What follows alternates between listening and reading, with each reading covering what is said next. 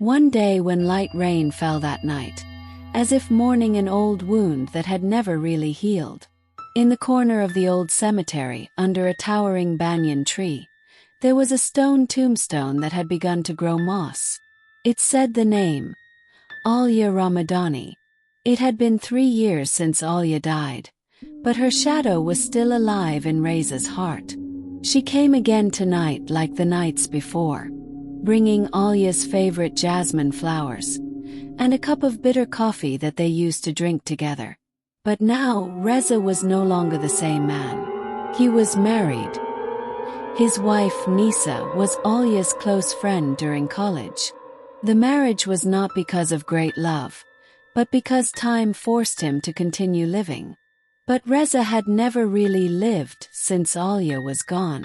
That night, as usual, Reza sat cross-legged in front of Alya's tombstone. "I miss you, Lai," he whispered softly, his voice trembling with cold and hurt. The night wind blew a strangely strong scent of jasmine, as if it had just been picked from the garden. And suddenly, the air around became colder, very cold. Then she appeared, Alya. Alya, in the white dress she had worn the last time they met. Her face was pale, but her eyes were still beautiful. She smiled softly, as if nothing had changed. Reza was no longer surprised.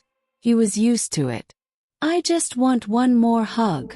Alya's voice sounded like a whisper in the wind. Her hands reached out, and Reza, even though he knew it was wrong, let his body be embraced by a warmth that was not of this world.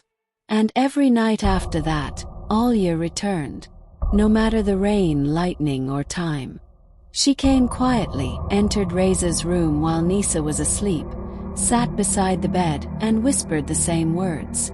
"Don't forget me. Don't ever love him more than me."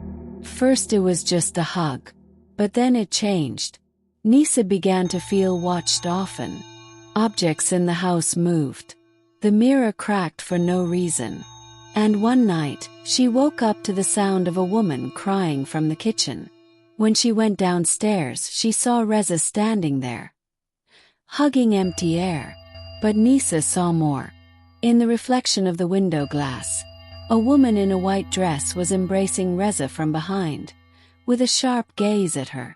That night, Nisa fled to her parents' house. But Reza stayed behind. And the next day, people found him dead in the cemetery, right in front of Alya's grave. His face was calm as if asleep. There were no wounds on his body. But on his neck, there was clearly a trace of a tight hug. Too tight to be called a love hug. Since then, if anyone visits Alya's grave at night, sometimes they can hear soft laughter, the sound of two people talking softly to each other. And occasionally, the smell of jasmine is strong in the air. A last hug which is never really the last.